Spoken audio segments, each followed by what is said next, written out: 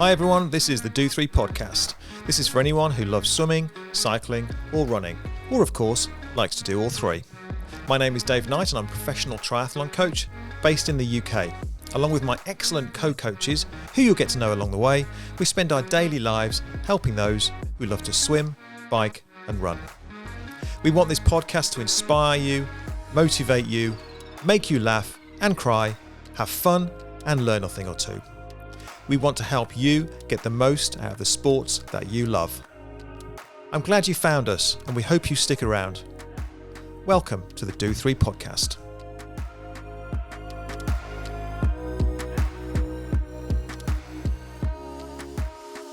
Hi everyone and welcome to episode 2 of the Do3 podcast. I hope you listened to episode 1. We had an amazing interview with Kim Ingleby. If you haven't heard that, then obviously search it up and hopefully go back and listen to that, because that's an amazing interview with Kim Ingleby, a mind and body coach, award-winning mind and body coach, I should say.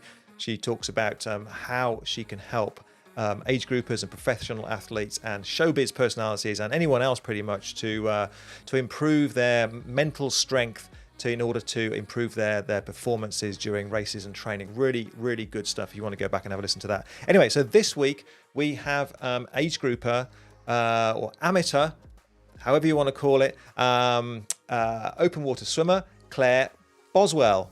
So Clare is a normal person in terms of that she's not an elite or a pro triathlete or an elite swimmer or anything like that. What Clare is a huge open water fan.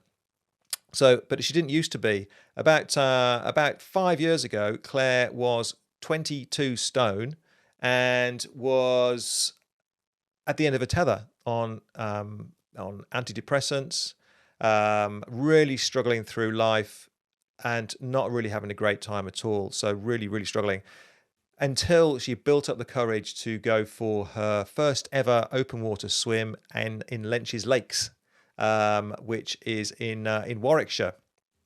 So from that moment on, Clare has well and truly got the bug, and it's a super motivating interview. She explains how she's turned her life around, how much fun and satisfaction and health and fitness and everything else she gets out of open water swimming. And she'll tell you about her goal to swim the channel, believe it or not. So without further ado, let's get into the interview. Clare Boswell, thank you very much for coming along to have a chat to me. Thank you for asking me. Yeah, no, I've been really excited about speaking to you actually. So just to give people a bit of background, Clare, you've been swimming with the swim squads for how long is it now? Would you say? January I started. So January, okay. And you got stuck in, haven't you? You're swimming quite frequently. We'll maybe talk about the sessions you like and don't like in a second. But I've known you through that, and I've obviously been aware that you're kind of really into your open water swimming. And you put a post out quite recently on social media, which seems to have got people quite interested in what you're doing and motivated a few people. So obviously, part of what we're doing is trying to create content which is going to help people really effectively. And I think your story might help and motivate quite a few people. So, I mean, maybe could you start by kind of tell us a little bit about your kind of swimming background? Okay. Always loved the water. Always very confident in the water. Never can remember really having any proper swimming lessons as a kid. Just probably thrown in the water at some point and I didn't drown, so I was left to it. And then always a breaststroker. Couldn't do front crawl. In about 2010, I went for a couple of lessons at the local leisure centre, like an improvers class, which sort of taught me the real basics, and I could swim about a length of the local pool, and that was it.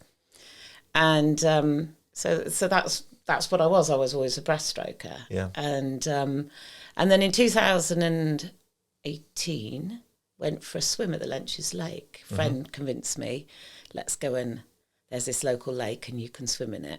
And it was a lovely day. Yeah. So we went up and I swam. And that was really the start of what's now been 4 years now of swimming transforming me and my life, really. Okay. That's the background. So when you say transforming transforming you and your life. Can you kind of expand a little bit on what you mean by that? I don't recognise that person who swam back in Oh, really? 2018 at all. It's not that long ago either, is it? No, Okay. it's not. It's not. I don't recognise her. One, because she's 6 stone lighter, Yeah. which is a very physical thing. But probably the thing I don't recognise the most is how I am mentally and how much more positive I am about life. And that obviously isn't just all about the swimming. There's other things. But I was at a pretty miserable point in my life. I got divorced, I'm a single mum, and life was okay, but it wasn't particularly good. I was a bit lost, really. And then I discovered outdoor swimming, and I sort of found this tribe that I'd perhaps been looking for all my life, these set of people who I felt like I fitted in with them. They were all shapes, sizes, ages, mainly female. Yeah. Let's be fair. It's a very female-dominated pastime.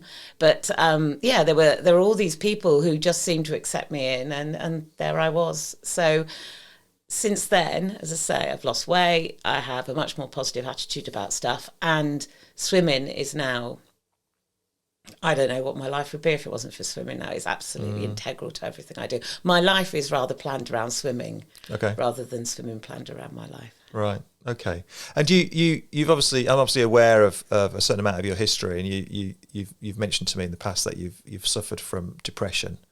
I mean, obviously, you can kind of go into that as much as you like in terms of where that's come from, but can you maybe describe how swimming has helped with that side of things? Yeah, I've always suffered from depression, actually. If I think back on it, I think I probably suffered from it even as a teenager. I just didn't realise that's what it was. And around about in the sort of after my divorce, the doctor prescribed me for my antidepressants, which I hated taking, but I was really in quite a bad place. It was starting to affect me to the point that I couldn't function normally. You know, I didn't go out. I poured on more weight. I just really struggled with life generally. Everything was a bit of a challenge. And I had read, the reason I sort of got into the cold water swimming, and this is back in 2018, I mean, there's lots written about it now, a lot less then. Yeah. But I'd read an article somewhere, probably the BBC News website, because that's generally where I read these things, that had said there'd been some research that getting in cold water helped the mental state. So I'd gone for this one swim. And then I kept thinking, I ought to do this again. It's worth a go because I hate taking these tablets. And if it could help, I'll give it a go. And so I just kept watching. Lynch's Lake is only like 10 minutes from my house. So I just kept watching. And they had these cold water briefing sessions that, were an hour and then you went in the water. So eventually on the 4th of December, and it really is a date that sits in my head because it was like the date. That changed everything. So you were going a few times before you actually decided to get in? No. I just used to watch things on social media. Oh, I see what you mean. Okay, yeah. Yeah, so I never actually went along. Okay. So I went along, dressed completely inappropriately, like wearing all the things that I wouldn't wear now, tight-fitting leggings and, quite thin layers and stuff, and got into the water, and the water was 4 degrees. Right. There was a really heavy frost. And in retrospect now, I wouldn't recommend anyone does that as their first dip into cold water. But, I didn't know any better at the time. And I got in just a swimsuit. And the reason I got in just a swimsuit was because at that point I was weighing about 21.5 stone. Yeah. And the thought, just buying a normal piece of clothing was enough stress without thought of trying on a wetsuit and looking like a beluga whale on a beach. So I was just wearing a swimsuit and I stayed in for about just over 5 minutes. Yeah. I thought my hands were going to fall off, my feet were killing me, and I literally screamed for the whole time I was in the water. And one of the lifeguards at the Lynches has subsequently told me that when I got out, they said, we won't see her again. Right. And little did they know, or little did I know, that was the first Saturday, and I pretty much, with a few exceptions, COVID being one of them, I have swam every single week outside since then. Oh, wow. Okay. And I think the thing was, I had this amazing sense of achievement. And the next week I got myself some gloves and some socks, some neoprene gloves and socks. And the next week I stayed in 15 minutes, I think. It wasn't much warmer. The following week I did 20 minutes. And what I then discovered was that I have quite a natural endurance to cold water. It doesn't seem to affect me. I've never really had any really bad drop off, and I can stay in the water a long time. But more than that, when I was in the water, and this is where I find it really hard to put into words why I love swimming in cold water. When I was in the water, everything in some ways stopped. And I think it's because you have to concentrate, especially when it's very cold. You have to think about you're thinking about your body all the time. You're sensing what your body's doing. I think you become very aware of your body. You have to be very aware of your body. So I think you sort of become a little bit self-absorbed in that moment. So you can sort of forget about everything else. And for some reason, it feels like, when your laptop crashes and they go, you have to reboot it. Right. Every time I get into cold water. It's like a reset. So it feels like I've been a bit of Control-Alt-Delete. Yeah. Someone's gone, okay, Claire, it might have been a rubbish week. Things might not have gone the way you wanted them to, but actually you've just got in the water. Leave that behind. Think about how you're feeling and let it all go. So, that's where my love of cold water came from. And I still get that. Every time I get in cold water. And when I say cold for me, and this is just for me, is probably below 12 degrees. Okay. That's what I consider to be cold water. Once it gets above 12 degrees, I'm into normal swimming mode. So I still get that when you get in, but below 12, probably even below 10 for me, is proper cold water. That's what gives me the real buzz. Yeah. So 4 degrees is pretty extreme. Yeah, for your first one. Yeah. I didn't know then that was really extreme because I was completely ignorant, to be honest. Yeah. Well, maybe you in a way have kind of literally gone into the deep end of that kind of temperature, and kind of if you can survive those kind of temperatures, warm then after that, everything's going to be So okay, that's really interesting. And you don't own a wetsuit? Never owned a wetsuit. Do you ever intend on buying a wetsuit? No, and never, ever. I do own some neoprene socks and some neoprene gloves, which I wore for the remainder of that winter. So the winter of 2018. Obviously, once the water got warm enough, I dispensed with the socks to start with. The gloves stayed on for quite a long time because it was my hands that I found used to really suffer. But the following winter, I went all winter without them. So did you feel that kind of release from the first session? Yes. Actually, from the first time you went in at 4 degrees, and you were only in for 5 minutes. Yeah. Okay. I think because it was this sense of doing something that was hard. Yeah, you challenged yourself. You challenge yourself. And I've never been one. I think mainly because of my weight, I would never I'd never put myself into a position where I thought I was going to feel physically uncomfortable. Yeah. So I was always really nervous. And when I look back on my life, I have not done so many things because my weight and me worrying about actually more what other people would think has stopped me from doing things. And I'd never therefore push myself really outside of my comfort zone. I'd always do things that I sort of not knew I was going to be good at, but knew I'd be okay at because I didn't want to show myself up. I didn't want anyone to look at me. I always wanted to be invisible. All the clothes I wore, if I could camouflage myself into a wall, that's exactly what I would do. I never wanted to be noticed because I was so conscious of the way I looked. That's not the Clare I know.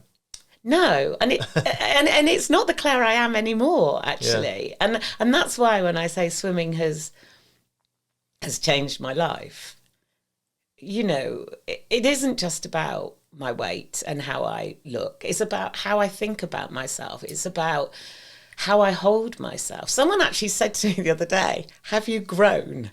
And I went, what do you mean, have I grown? Right. And they went, have you got taller?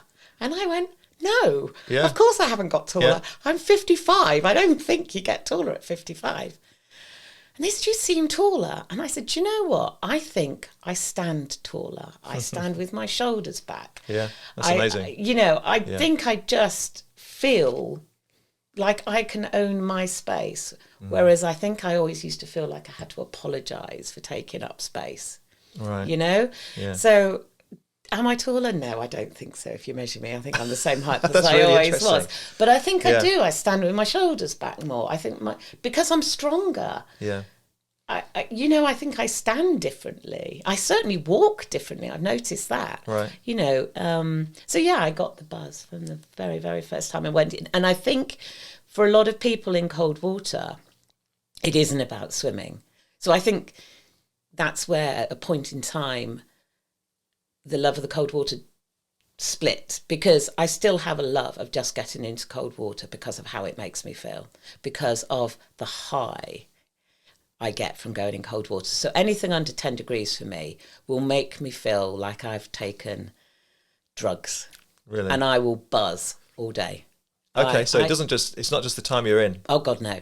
I mean, I'll come out of the water. Normally that first half hour, I don't tend to get drop off.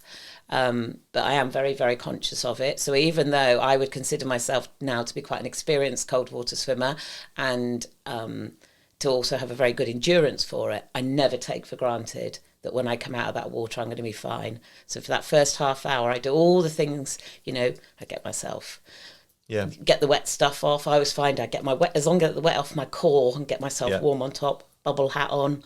Yeah. Hot drink, piece of cake, of course, because it's obligatory, because you've burnt some calories while you've been in the water. But I think there's that difference between that buzz I get from that dipping and then the thing that I now do, which is I swim. And I think to me, they're two different things. Okay. So I have two loves now of the water. One of them is about that real buzz I get from the real cold water. And the second one is the buzz I get from the swimming. Yeah. And they do sort of merge. There is a point where the two of them sit together, but to me they have become slightly different things. And sometimes I just have to remind myself that I swim for I always say the winter I really swim for my mind, and the summer I swim for my body. Yeah, that's really interesting that you say it that way. Yeah. Okay. Which is quite interesting because this winter, of course, because I started doing the swim squad, I've sort of done both at the same time, which has been quite interesting. But yeah, I go a bit yampy actually, and it makes me feel so alive. Yeah. It makes me, I'm so happy. It is literally like I've taken something, and I can't stop smiling. I think there's this sense of satisfaction. There's the fact that, obviously at Compton Verney,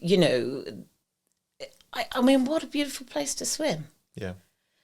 When you stand as you're getting in and you can see the bridges and you look up at that house and you see the wildlife, and especially if you're doing that's why if I swim at Compton Verney, it tends to be the very early Sunday morning slot, because I love that feeling of being outside and in the water really early in the morning. It just makes me feel so alive. So I think it's the cold water, it's the fact that you're challenging yourself, but also it's just the beautiful places that you get to do it in. And that's why I still like heads up swimming, because sometimes when you just took your head in the water and start front crawling, you miss all of that. Yeah. You miss seeing, and the smells as well. I it sounds weird, but I know that at different times of the year, especially when I swim at the Lenches, the air smells different depending what time of year it is. That smell of the autumn as the leaves are starting to fall, or the spring where everything's so fresh.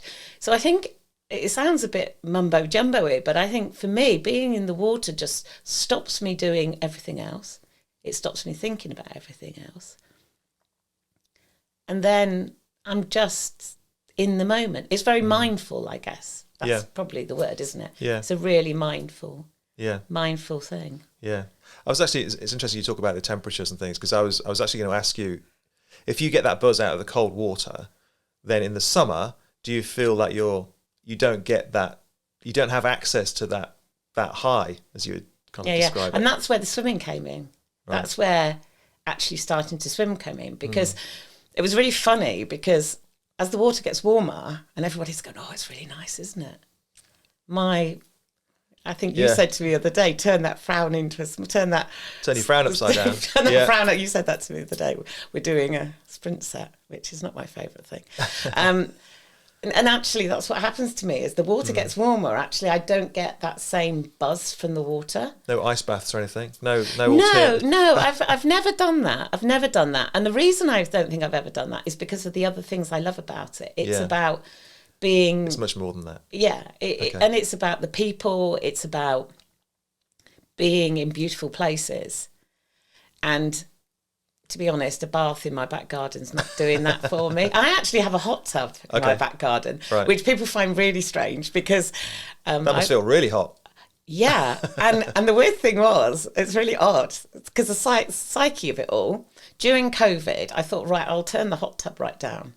The coldest my hot tub will go is 24 degrees. Right. I couldn't get in it. Yeah. Because in my head, that was hot. Yeah. And at 24 degrees, when it should have been 37, which it's normally set at, was cold, and I couldn't get in it. So no, I don't do any of that. I mean, I know lots of people do. I know lots of people have cold showers, but no, I still love my hot tub in my garden at 37 degrees with a gin and tonic. Yeah. I've got no desire to have an ice bath that I get into, because it wouldn't give me the same thing. It wouldn't give me the beautiful surroundings. It wouldn't give me the people, and it wouldn't give me that connection, which I think I'm realising more is that connection with sort of the outdoors. Yeah. I think, as I mentioned before, it's kind of got out into the local swimming community about you and your story, and you've obviously connected with people there. I mean, what I'd like to do is, because there's going to be people out there listening to this who are in a similar position, a similar point in life as you were. So you said that you're 55. Mm-hmm. Do you mind me asking what your weight kind of got up to before you started getting into swimming? The summer of 2020, it topped out at 21.5 stone. Right. Okay. And has that been kind of building over your life, or what, how's that kind of? I've always been overweight. Yeah. So the lightest I can ever remember being is 12.5 stone, and I would have been 18. Yeah. And I was bullied at school terribly. I mean, when I look back on pictures, I wasn't obese when I was at school, but I was always the biggest girl in the class. You know, everything was. I was always last at cross country. I was sporty. I used to play netball and tennis and hockey and stuff, and I was quite active. I don't think I was particularly unhealthy. I was just always big. Yeah. And then my weight just crept up and crept up and crept up. And then it probably, most of my adult life, it probably sat around about 17, 18 stone. Yeah. And then it just got worse and worse and worse. And as I say, it topped out at 21.5 stone, which, oh God, I mean, even saying that weight sounds like that wouldn't have been a weight I was, because it sounds so heavy. And I'm only 5'5", despite having grown. Maybe I'm 5'5.5". But, you know, that's a lot of weight to carry on quite a small frame. Yeah. You know? Yeah. So, yeah. And did you exercise at all during your kind of adult life before you started swimming particularly? No, not after I left school. I think I was like lots of people that after you leave school, you know, at school it's obligatory, isn't it, to do all this stuff. And as much as I loved it, when you leave school, because someone's not telling you to do it and it's not organised. And I always intended to, you know, but I never did. Like lots of people, I'd read about, you know, the local netball team or a local hockey team and think, oh, I'd like to do that. And then either you go, I haven't got the time, or, oh, I'm not good enough, or whatever. So no, I pretty much, I mean, I did the odd bit of swimming when I was on holiday and stuff, but that was it. I mean, I did nothing, to be honest.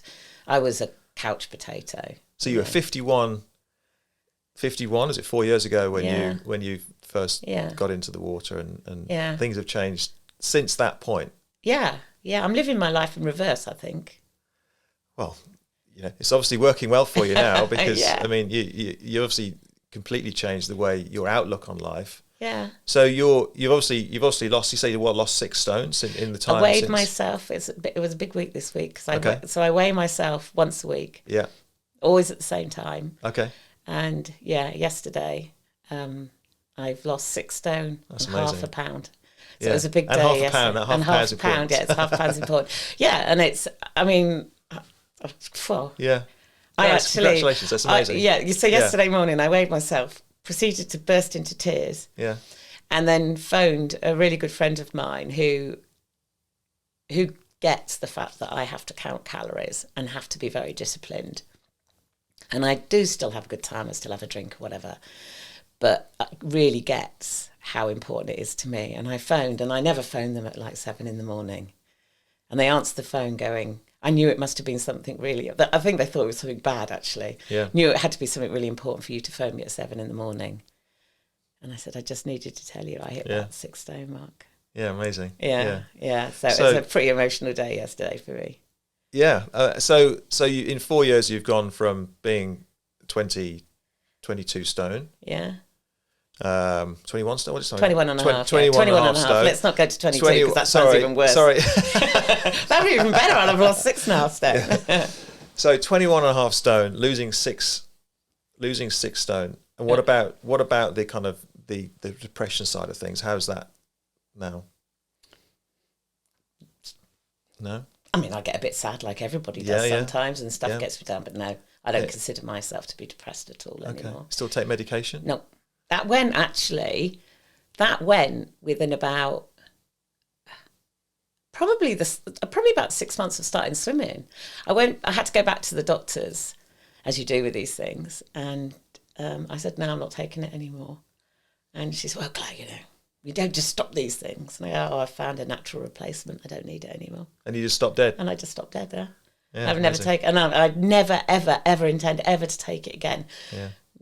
I mean, that's not to say, I think if you've got a bit of some people I think do have a bit of a depressive nature, and I think I have, I do think that I'm a bit more inclined that way. But now when I feel a bit fed up, I go for a swim. Yeah. Or I go to the gym. Yeah. Or I go for a walk. Yeah. So I get those natural endorphins rather than having to put something into my body. And I'm someone who doesn't like to take a paracetamol unless I really have to. I've never liked. I've always thought, why do I need to do this? So it's all gone. And in terms of continuing to improve your weight or reduce have you still got plans to continue to lose weight, or is there going to be a point where you get a bit more kind of comfortable and satisfied with where you are? Oh, well, that's a really interesting question, because the bulk of the weight has come off since last summer. I'd lost a bit before then, but the bulk has come off since last summer. And if you'd have asked me last summer whether I'd be comfortable with where I am now, I'd have told you yes. Okay. But no, I'm not. I want to get 11.5, 12. That's where I want to get to. Yeah. Which I think is so wrong. If you look on these charts of what your ideal weight is, I would still be probably classed as overweight at that weight. Which I think that's why you have to be really careful about, those graphs you see that say which category you sit in. Because I think it's more about how healthy you are as much as what you weigh, isn't it? Yeah. But I suppose in some ways the 11.5 attracts me because that would be 10 stone off. And I've now actually become a bit competitive with myself. Right. And one of the reasons I came out of the closet a bit about my weight loss was that I know that this next bit is going to be really tough. Yeah, yeah.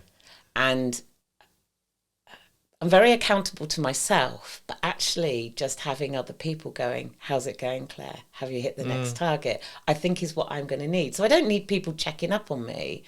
But I think it's making myself a little bit accountable to other people. As long as you don't start to feel the pressure. Yeah. Like a negative pressure to keep on achieving that.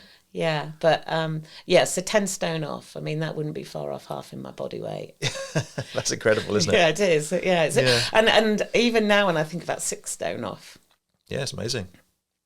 I mean, that's just blows. Yeah. The reason I get so emotional about it isn't so much that it's 6. It's just how the hell did I do that? Yeah. People say, how do you do it? And I go, well, I normally say just being bloody minded and tenacious. Well, I mean, I've through lockdown, I've put a reasonable amount of weight on myself. I've always pretty much been the same weight throughout my adult life, and for various reasons, lockdown and being busy with work and that kind of thing, I put 15 kilos on, and that's heavy. You know, if you pick a 15 kilo weight up, and because running has always been my main thing. Mm-hmm. You know, obviously do other sports and things and swimming and cycling and all that kind of stuff, but running has always been the one that gives me the release. And running now, I've noticed that, you know, it's a huge amount of difference. It's a huge amount of difference. So if you were to lift up that weight and put it on your back, that's 6 something. stone. There was a thing that said I use this app that I track all my calories in and all my exercise in. Yeah. Which I find, and I'm really disciplined about it. So even if I have a cheat day, which I do, you know, I don't want people thinking that I walk around, you know, like eating lettuce leaves. Because no, I don't. You know, I go out and have a gin and tonic and a packet of crisps like everybody else. Yeah. But I track everything. Okay. Absolutely everything. So even on a bad day. Even on a bad day. Because then I sometimes look back and think, I thought that was a bad day. And I look and I've only eaten 2,500 calories. Now, that's a bad day for me, but it's not a bad day.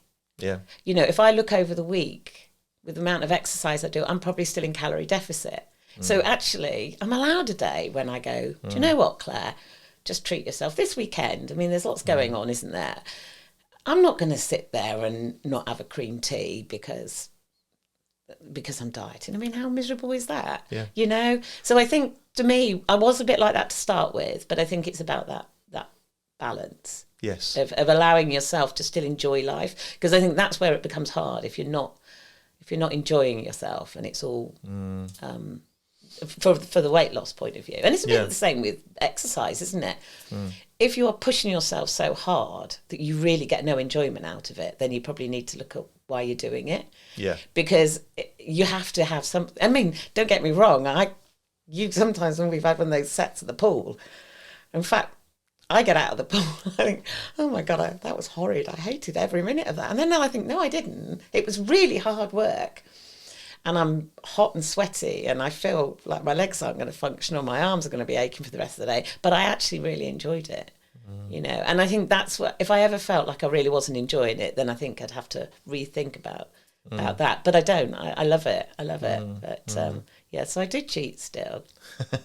Yeah. Do you mind me asking you about body kind of consciousness? So obviously, you know, most people are aware of what they look like and what they look like to other people, and obviously swimming leaves you quite revealed to the people that are around you.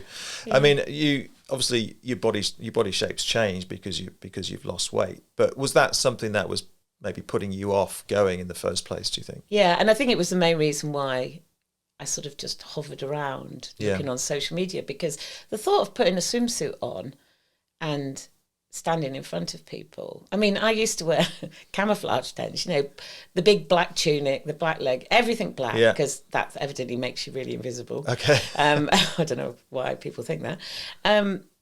So yeah, the thought of stripping off to a swimsuit was pretty daunting. But one of the things I found about open water swimming was it was somehow far less daunting than doing it at a swimming pool. And I can't quite explain why, but it didn't feel quite as bad. And also the thing with, once you're under the water, no one can see you. You can only see your head, can't they? But I think as well, there's lots of people of all shapes and sizes that do cold water swimming, open water swimming. And I just find it to be a very accepting tribe. Yeah. I've never felt judged for my size with the swimming. Interestingly, there was an article written, so I did last summer. So I'd been dipping in the cold water, and I started swimming more, as in starting to a bit more front crawl. And last summer I did my first 4K. I did the Oxford Lock to Lock, which I'd really recommend to anyone as a first sort of 4K, because it's quite current assisted. Okay. And it's beautifully organised and a fantastic cake at the end. The best layout of cake I have ever seen at any event ever. But I did it with a friend, and she's swum the channel, done a relay across the channel. She's an endurance swimmer. And I met her purely through swimming. we happened to swim together one day and we've become very, very good friends. And she said to me, you can do this. And I went, I can't swim 4K. And I said, yeah, you can. I'll swim with you all the way. And I mean, she swims probably twice the speed I do, if not 3 times the speed I do. But she just swam with me the whole way, made sure I got there. And there was an article that a lady wrote afterwards. And she contacted me and said, I've written this article and there's this picture of you and your friend that I'd like to use in this article. Would you be willing to let me do it? And then I read the article and I saw the picture, and I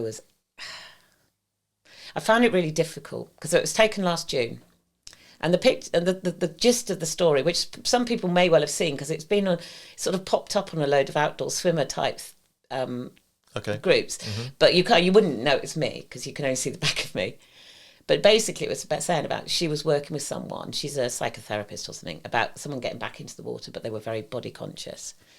And she had shown her the picture of me and my friend and said, these 2 ladies, basically, they weren't worried about their size. They were just 2 friends who'd done this swim.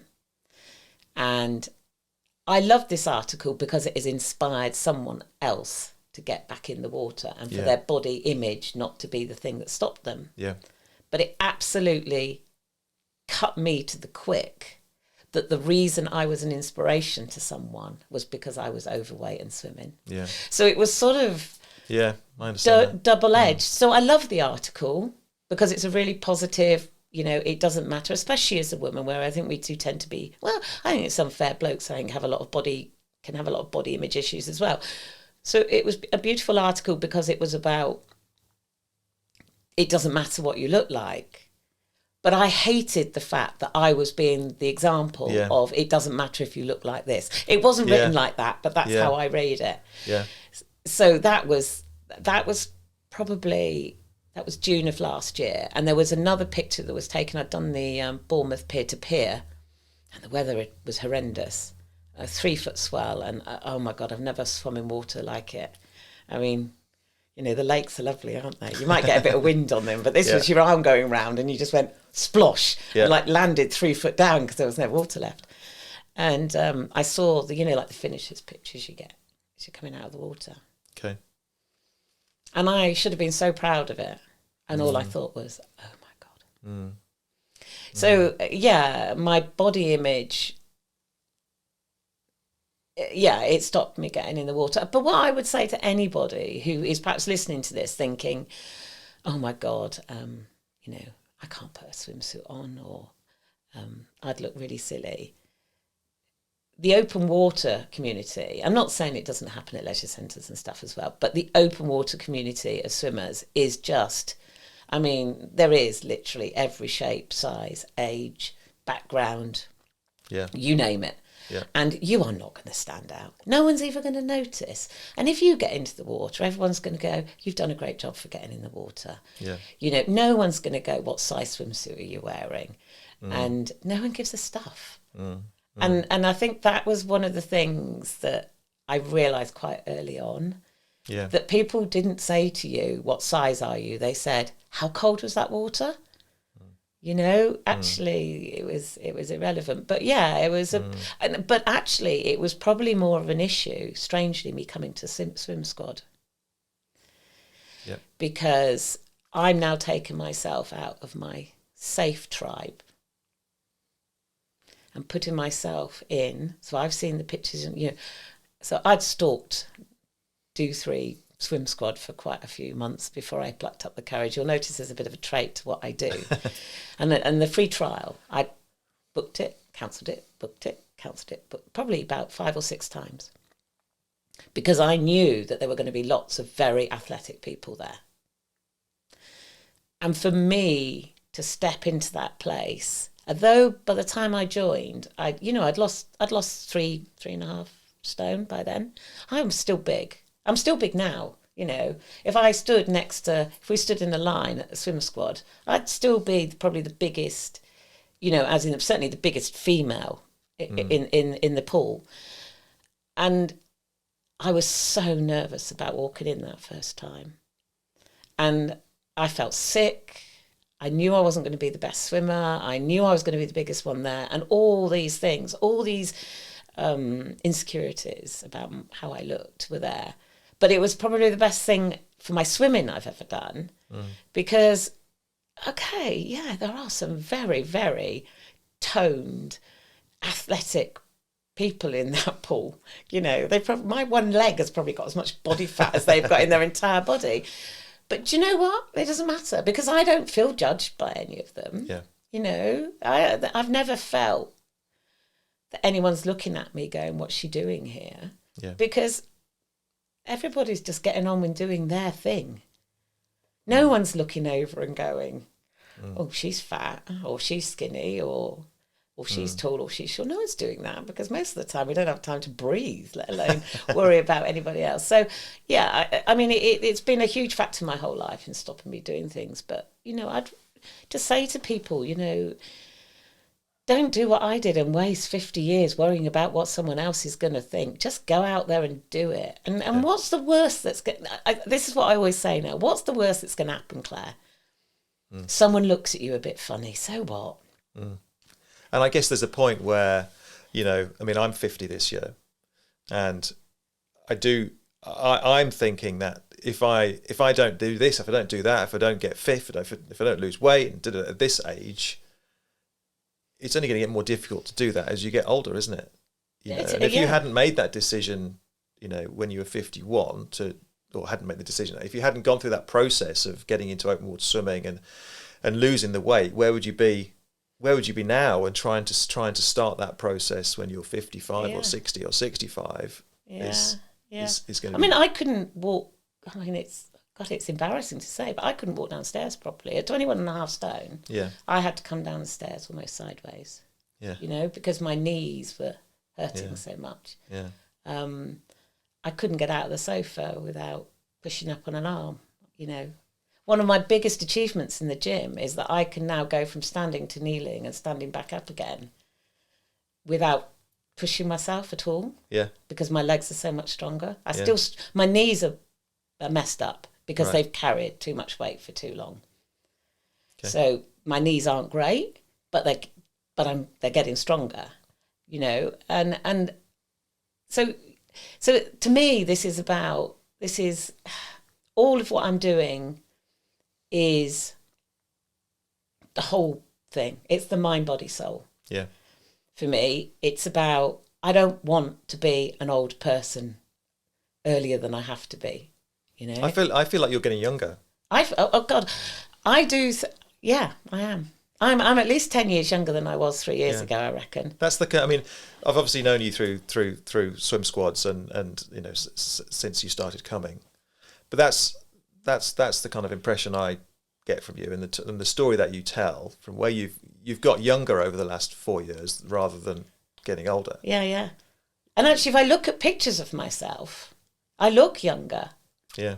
I mean, I think because physically, if you lose a lot of weight, the shape of your face changes. But it's more than that. When I look at the clothes I wear, the way when I look into my eyes, I mean, there's not that many pictures of me. In fact, when people say, can I see a before picture? I go, well, there are hardly any, because I would avoid the camera at all costs. So there's hardly any pictures of me. But I just looked sad and I looked old. And I think I'd sort of, I do. I mean, I went to Copenhagen recently. I mean, I've been on so many adventures. So I went on a day trip to Copenhagen to swim in the sea baths there. I recommend it to anyone. It's the most amazing thing to do. We flew into Copenhagen, got the train up to Sweden to Malmo, went to the sea bath there. That was quite an experience because the Swedes don't like wearing any clothes. So that really pushed my confidence. Yeah. So I had a swimsuit on, I came out and you stood out. So the swimsuit came off. If anyone had ever told me, oh dear. because literally no one had swimsuits on. Yeah. I mean, and I didn't think I'd ever have the confidence to do that. Was it difficult? Oh my God, yes. Was I proud of myself that I did it? Oh my God, yes, I was. But these sea baths are just absolutely amazing. So you just find yourself just going on these adventures and doing these things and just embracing life, Yeah. you know, and then I just think, oh, would I have done that before? God, no, I wouldn't have, because I wouldn't have wanted to fly, because I was so big that I was getting to the point that I was going to have to ask for the extenders on the seatbelts on a plane. Okay. I wasn't comfortable sat in a plane seat. Right. Yeah. You know, and I think that's one of the things when you're overweight. It inhibits you because there's all things that other people wouldn't even think about. That when I'm getting onto a plane, I would be thinking, I wouldn't be worrying about whether the wings were going to fall off. I'd be thinking, will the seatbelt go around me? Yeah. Yeah. And so it stops you doing things. But yeah, so Copenhagen was amazing. Highly recommend that. And can we talk about? What you've got coming up? I know you've got quite an epic challenge coming up. Yeah, so I'm doing a channel relay swim in August. So our window opens the 10th of August. Pilot boat's paid for. All right.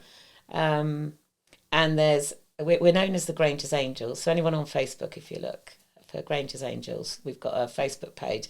I mean, it's just there if anybody else is interested in doing a relay, and see that there's 4 middle-aged women. We're all 55, 56.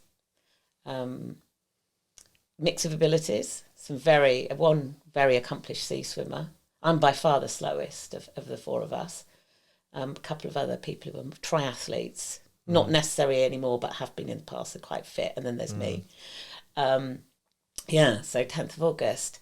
So I actually still have to pinch myself to remind myself I'm doing it. And that all came about because another Dave, another coach, a swim coach, who'd given me a couple of lessons at the lunches when I started to swim front crawl, had said to me, Claire, what you need is a challenge. And I said, oh yeah. He goes, what would you like to do? And I went, well, I suppose I could swim the channel. And I was joking. Yeah. And he went, well, you could. And I went, no, don't be stupid. And he went, well, you could do a relay swim across the channel. He said, I can see it in you. You've got enough determination. You could do that. I went, what's a relay swim across the channel? And never even heard about it. So he explained to me. And he said, you find a team, I'll coach you. And that was 2 years ago. And so we spent a sunny weekend in Barry, 2 weekends ago now, I think. So you have to do a qualifying swim. I was going to say, what's the process for that then?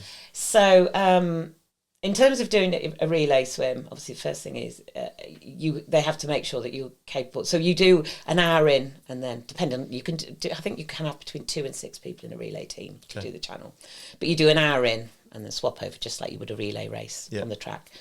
So one of the biggest things is being able to endure coming in and out of cold water. So even in midsummer, the channel's going to be about 15, 18 degrees. Okay. So it's not going to be warm by any stretch of the imagination.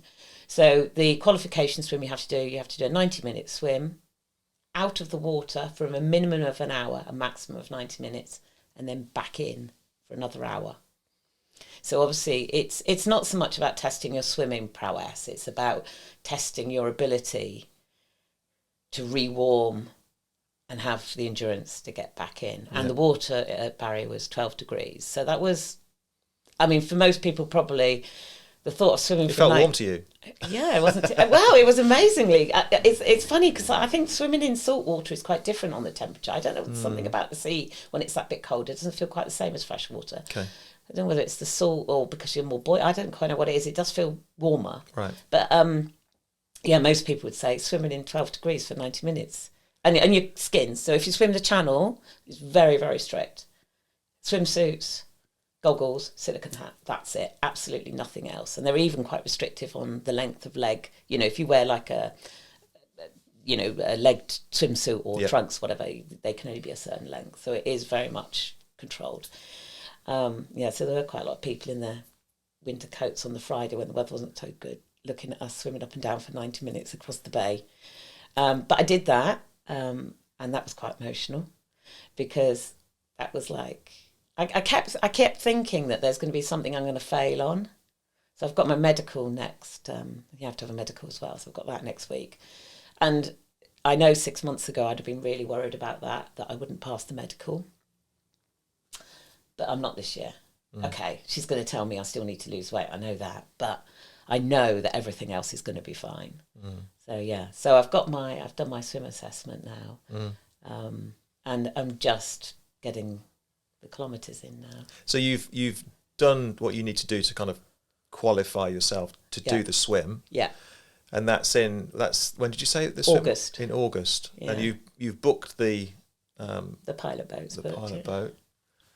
So what's the I mean, I know a few people from the squad have done channel swims, channel relays and that kind of thing, but I don't really know the ins and outs of how that kind of works. So you can book a pilot boat, and they're experienced pilot boats, and they do this kind of thing day in, day out, presumably, do they? Yeah. And how many's in your relay team? 4. And you're doing an hour in? And then you'll do 3 hours out. An hour in, 3, of course, yeah. Yeah. So, and how long do you expect the whole swim to take? Interestingly, we've not talked about that. Okay. It will just take what it takes. Okay. Now, I think, in fact, there's four guys who I think were swimming 2 days ago. I haven't checked to see what time. I think the record for a 4-man relay is something like 8 hours. Oh, wow. And they were swimming for the RNLI and they were looking to try and beat that. Yeah. But I saw their picture. They looked like the guys who swim in lane 6. Okay. They were obviously they looked very competent, fit swimmers. Yeah. As a team, we don't quite look like that. We look like a group of middle-aged. So 8.5 hours then for you. Yeah, yeah. I mean, to be honest, if we do it, do you know what? I haven't got time. I just want to do it. As long as we get there, the time doesn't matter to me as long as we get to the other side. Who gets to stand up on French soil? Whoever happens to be in. Yeah. And evidently, the biggest killer to the relays is seasickness. Okay. So more people fail.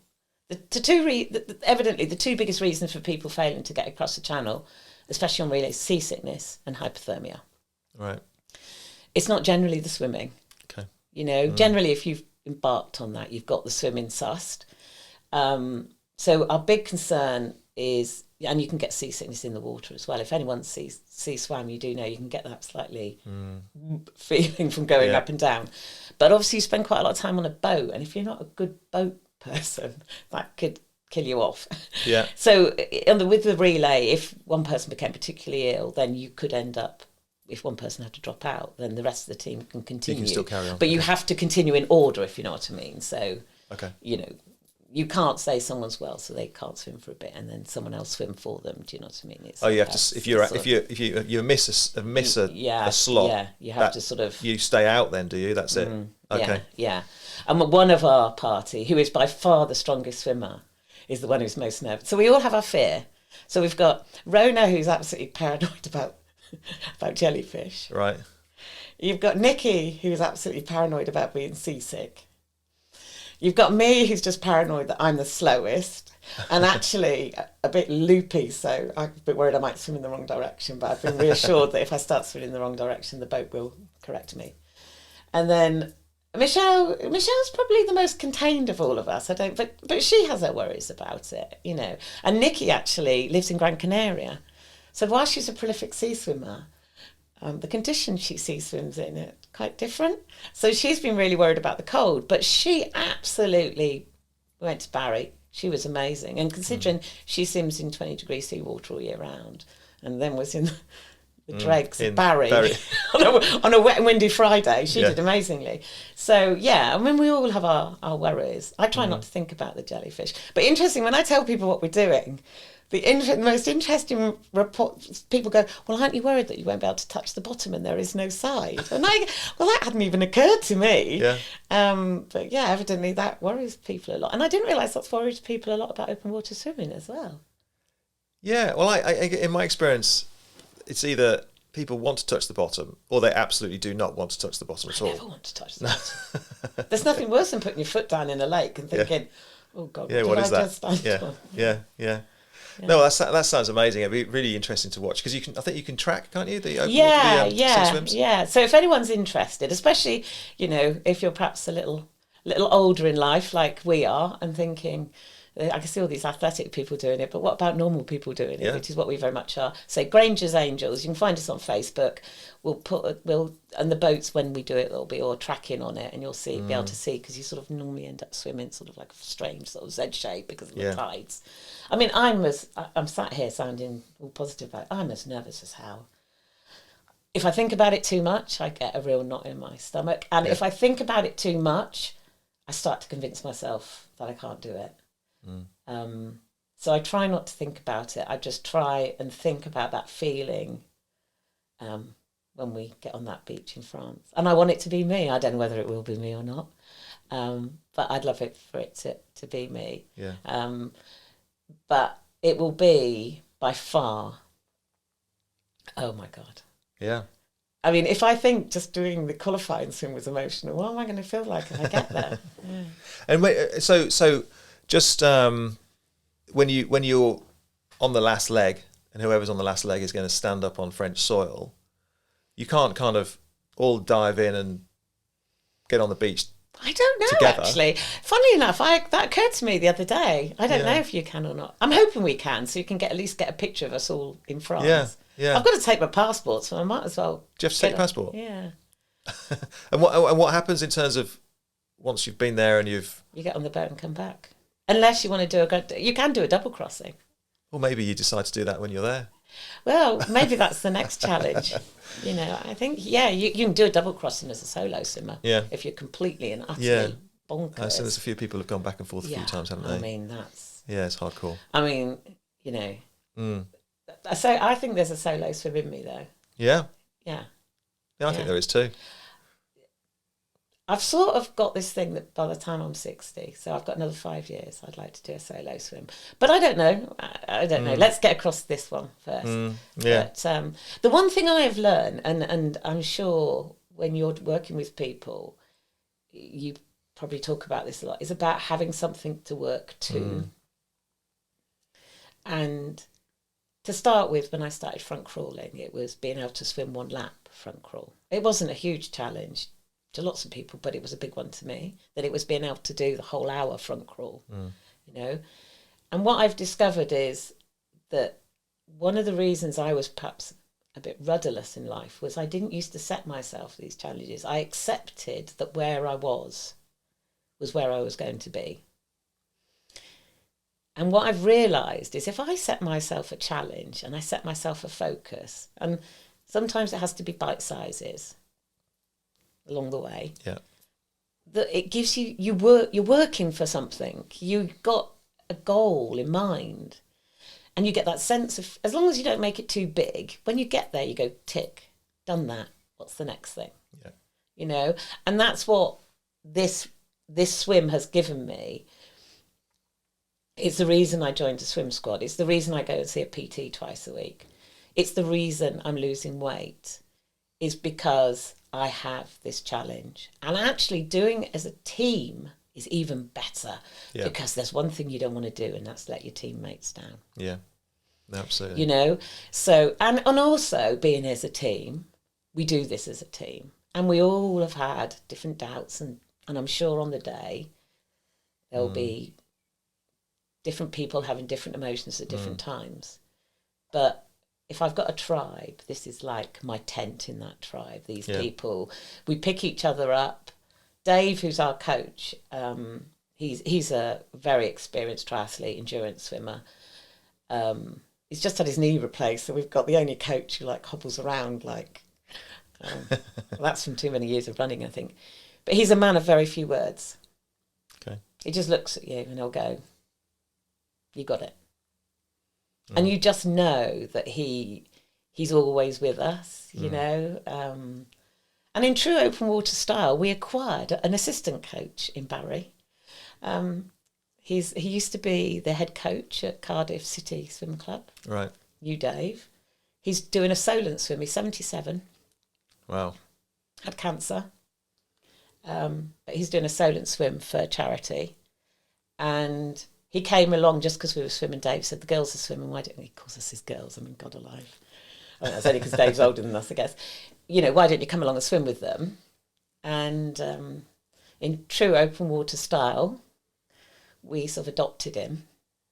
And we've asked him to join us on the boat. So we could take a second person on the boat with us. Yeah. So he's actually carrying on the boat with, and he's well chuffed. And he told me something that weekend. His swim speed's about the same as my swim speed, so we were swimming together quite a bit. And when we got out of the water at one point, I went, John, I don't think I can do this. Why am I fooling myself? You know, I'm a middle-aged, overweight, unfit person. Who is it thinks I can do all this? And he went, Claire, the only thing that will stop you from doing this is the top 2 inches. And he goes, you just got to believe you can do it. You can swim. You know you can swim for probably 2 or 3 hours, no problem. You won't be the fastest, but you know you've got the endurance in you. Absolutely. Just work on that top 2 inches. Yeah. You know? No, absolutely. Yeah. So there's obviously there's going to be people listening to this who are thinking, I'd like to improve myself. I'd like to get into swimming. I'd like to get into open water swimming. You know, and there's obviously, we've talked about some of the barriers in terms of weight and body image and this kind of thing.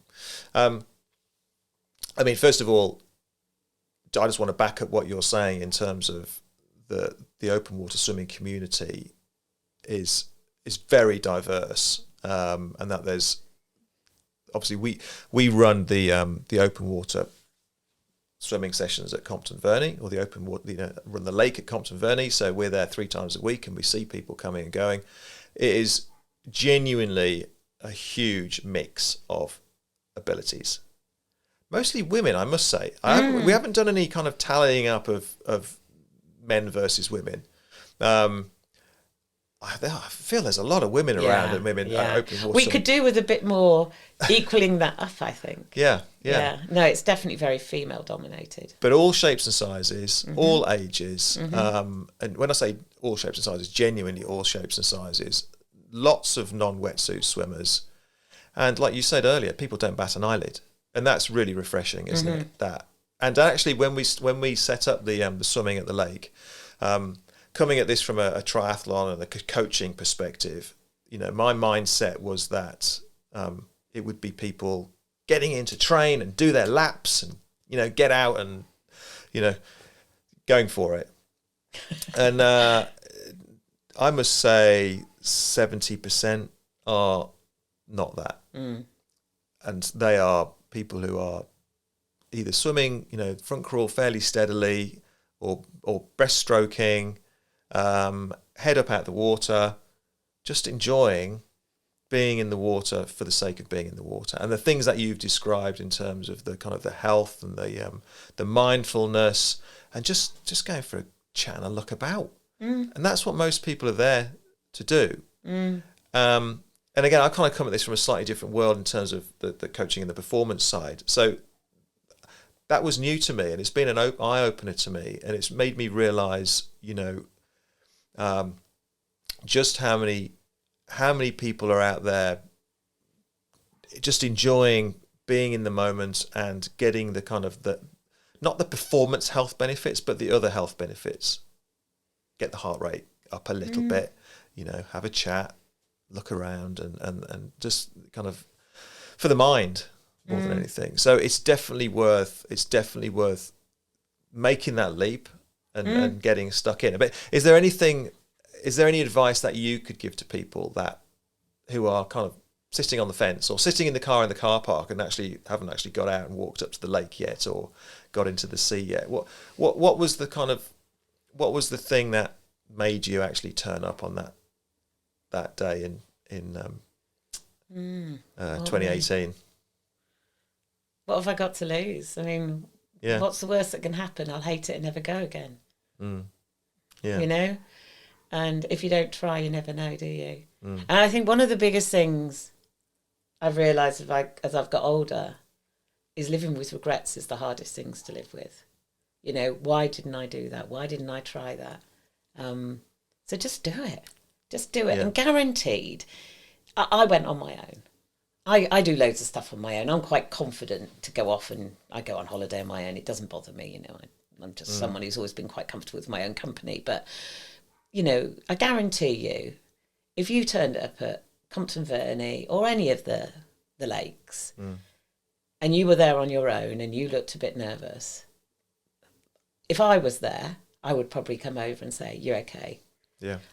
But I'm not unique. Someone would, if you went up to someone and said, it's my first time, I know if you said you're your first time at somewhere like Compton Verney, you guys do a good job of looking after people and making sure they know what they're doing, and you'll keep a bit of an extra special eye on them, same as the Lenches. But any of the places, anybody will look out for you. And I think that's the beautiful thing about open water swimming, is that, yeah, I do get in the pool, I do get in the lake sometimes with the intention of what I want to, the meters I want to swim and the speed I want to swim at.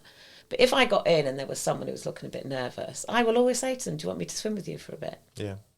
And as I say, I'm not unique. That would happen. Yeah. So if you're sat at home listening to this thinking, I'd love to give it a go, one, I would really recommend go to an organised venue in the first instance, rather than, I know you see lots of things about people swimming in the rivers and stuff, but it is a dangerous, it can be dangerous. It's not, so go to an open water event. There's lots of them now where it's organised and you've got lifeguards. So you can stop worrying about the safety, because they're going to keep an eye out for you. Don't worry about whether you've got the right swim kit, or this time of year, the water's now what? I don't know what it is at Compton Valley. 18? It's 18, 19, yeah. You're not going to have a bad reaction to that. Yeah, it's going to be cold, don't get me wrong, but you're not going to get hypothermia straight away from getting into that. So it's quite safe to do it this time of year. You don't need loads of kit. You need a tow float and a swimsuit. Yeah. Maybe gloves if you feel the cold a bit. Yeah. And a hat. That's it. You know, you could get those from B&M or the Range or whatever, dirt cheap. You don't need to go out and buy all the latest kit. I think you guys hire tow floats even, or you can buy one when you're there, can't you? So, don't get rid of all the excuses for going and just go and give it a go. You might hate it. It might not be your thing. And if it isn't, that's fine. But you might be like me and just go, why the hell didn't I do this years ago? Because this is my thing. But I suppose the biggest thing is just don't let yourself be the barrier to doing something, And for so much of my life, how I felt about myself stopped me from doing stuff. And I think one of the biggest changes is now I think, I can do anything if I put my mind to it. Well, maybe I can't. I'll never climb Everest but I don't want to climb Everest, so it doesn't matter, does it? But, I see your thing about your sprint triathlon. Now, I've got it in my head that I want to do that next year. Yeah, why not? Now, that's a bit of a challenge because, I could do the swim. That's not a problem. And probably I've got it in I wrote down at the beginning of the year I was going to run a 5K before the end of the year. So I have a friend who does ultra marathons. So she says, you get me in the water, I'll help you run. So we've done a deal there. Yeah. But I'm not very good on a bike. Only because I tend to fall off them. I've got a very good sense of balance. Okay. So, but we got plenty of time. But who'd have thought that 4 years ago I'd have said that maybe is my challenge for next year. Yeah. I might only ever do one, but actually I need that challenge. You probably won't do one. People never do one. You never do one.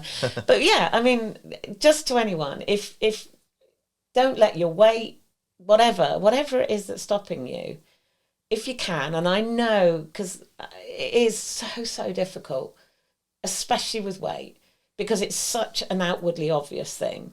If you're feeling a bit depressed, you can sort of hide it to a point. Yeah. But if you're overweight, you can't hide that, and especially in a swimsuit. And I know it is massive. Just don't worry about it. Just go out there and embrace it. And as I say, the open water swimming world is absolutely, completely inclusive. I've never known anything to be so inclusive. And as you say, people are there for all sorts of reasons. Just do it. Just do it. Just do Sounds it. Like, Dream it, do it. Sounds like good advice. Yeah. Just to finish off, Claire, if obviously we've talked about just doing it and getting in and getting stuck in, if people want to find out a little bit more, I'm sure you're aware of many more kind of places to go for information than I am. Yeah. Have you got any kind of Facebook groups or websites or anything like that you'd recommend where people can go and find out more? Yeah. I mean, if anybody wants to reach out to me personally, I mean, it's been really weird. I was saying to you earlier, wasn't I, that I've had a number of messages from people saying, what you're doing has inspired me. I've just been a bit blown away from it all, really, because I've never inspired anyone in my entire life. So you can find me on Facebook. It's Clare Boswell. I live in Evesham, so I'm quite easy to find. I think there's a picture of swimming, strangely, as my profile picture. I think the open water swimming, there's loads of groups on Facebook, but the open water swimming group is a really good one. Okay. But and I've recently set up an Instagram page which is called This Place Changed My Life. Okay. Which is a bit about my weight loss, it's a bit about swimming, etc. So you can find me on there. But but come down to Compton Verney, or the Lenches, or Lake 32. There's loads of lakes locally. They all run. You run introductory swimming groups now, don't you? Yeah. And I'm sure, I know the Lenches, and I'm sure you'd be the same at Compton Verney. Even if you don't want to swim, if you just want to come down one morning and have a look, be fully clothed and just have a look and see what everybody else is doing. Yeah. I know that everyone's always willing to do that. And, if I'm ever at a venue and anyone sees me or recognises me or whatever, come over and talk to me. And if you want me to swim with you, any excuse to get in the water, drop me a line and I'll come along and swim with you. Sounds like if I can pass on my enjoyment of it to someone else, then that's a day well spent. Yeah. Well, you might get inundated with requests for to be swim partners now, but I just asked for a cup of coffee afterwards, maybe a small piece of cake. Yeah, cake's always got to go with it. Yeah, I think on that note, Claire, I think we'll call it a day with that. But thank you very much for your time. That's been really, really interesting. And I said before, one of the reasons we wanted to speak to you is because you are a normal person in terms of you're not an uber athlete. Oh God, no. And I think people will be able to connect with your story in terms of where you've come from in life, and weight loss and depression, and actually kind of, it sounds a bit over the top, but it sounds like you've genuinely turned your life around. Oh yeah. Yeah, no, that's amazing. And if I think about it too much, I do get a bit emotional about it. Yeah. Actually, I'm surprised I haven't cried during the course of this conversation. But but just don't waste your life sitting there thinking maybe. Just go out there and do it. Yeah. Clare Boswell, thank you very much. Thanks, Dave. Thank you. Well, I hope you enjoyed that interview with Clare Boswell. I know when I was interviewing her, I really kind of found myself getting motivated by what she was saying. And she, like I said at the beginning of the podcast, she really has genuinely turned her life around by finding a sport that she loves. So if you want to find out a little bit more about open water swimming, then drop a message down below and we'll get in contact with you. We actually run our own open water swimming venue ourselves here in Warwickshire at Compton Verney. So if you want to come along and see us there, then just give us a Google and we should come up, open water swimming, Compton Verney. But of course, there's lots of venues around the country. So you should be able to find a venue near to you. Check out the safety. Most of the venues will have really good safety cover there, so you'll be well looked after. And yeah, just give us a shout if you've got any questions, open water swimming related. We'd be glad to help you. At our particular lake, we do introduction to open water swimming classes, and we also do some open water skills and sighting and turning and that kind of thing too. So give us a shout if you want to get in touch about that. In terms of the podcast itself, it would really, really be helpful if you liked it, which I hope you did, that you give us a like, give us a share, subscribe to the podcast, because all of these things give us a really good boost at the podcast ratings, and then that will mean more people will see us, and then more people will discover our amazing podcast. Likewise, if you're watching this on YouTube, because we do a video version of this podcast too, then like the bell, press the bell to say you like us, and hopefully subscribe to the channel. That would be great too. Just a quick chat about our community. As I said in episode one really good way of enjoying in sport and getting more out of the sport is by getting involved in the Do3 community or the more wider triathlon community in general. We have our own online community, which has got hundreds of people in it who are just like you, who are looking for training partners. They're talking about the events they're going to. They're talking about their kit. And obviously there's coaches in there to help out too. So if you want to find out a little bit more about that, there's a link down below. There is a charge of £1.99 per month for the community. And that goes towards helping us and run the channel and maintain the channel and just keep things ticking over. So just to make you aware of that. Be great also if you followed us on social media. We've got Instagram and Facebook and all the other kind of stuff. Just search for Do3 Swim Bike Run and we should pop up, because we'd love to see you on there too. Just looking ahead to next week's episode, we are doing a coaches Q&A. So we're going to dedicate the whole session to answering your questions. So please, if you've got any questions, just send it in to us. Either put a comment down below, put a Q, capital Q, and then put the question, and we'll have a look and bring those through. Or if you want to send us an email, send an email to podcast@do3.co.uk, and we'll pull all those together and we'll go through as many questions as we can next week. And I think that's pretty much it for now. Again, I hope you enjoyed it, and we'll see you in the next one. Take care. Bye-bye.